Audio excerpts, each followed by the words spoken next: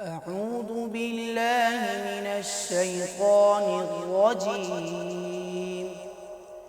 بسم الله الرحمن الرحيم. ألم تر إلى الذي حاج إبراهيم في ربه أن آتاه الله الملك إذ قال إبراهيم ربي الذي يحيي ويميت قال أنا أحيي وأميت قال إبراهيم فإن الله يأتي بالشمس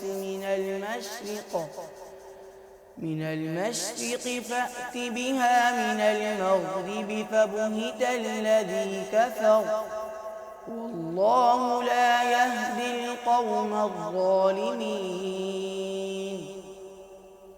أو كالذي مر على قرية وهي خاوية على عروشها قال أنى يحيي هذه الله بعد موتها فأماته الله 100 عام ثم بعثه قال كم لبثت قال لبثت يوما أو بعض يوم قال بل لبثت 100 عام فانظر إلى طعامك وشرابك لم يتسنه وانظر إلى حمارك ولنجعلك آية للناس وانظر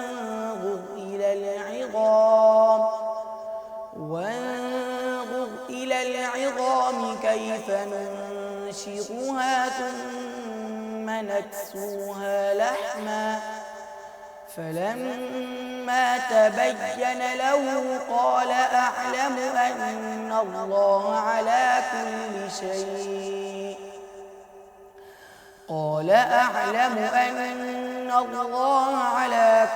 شيء قدير. صدق الله العظيم.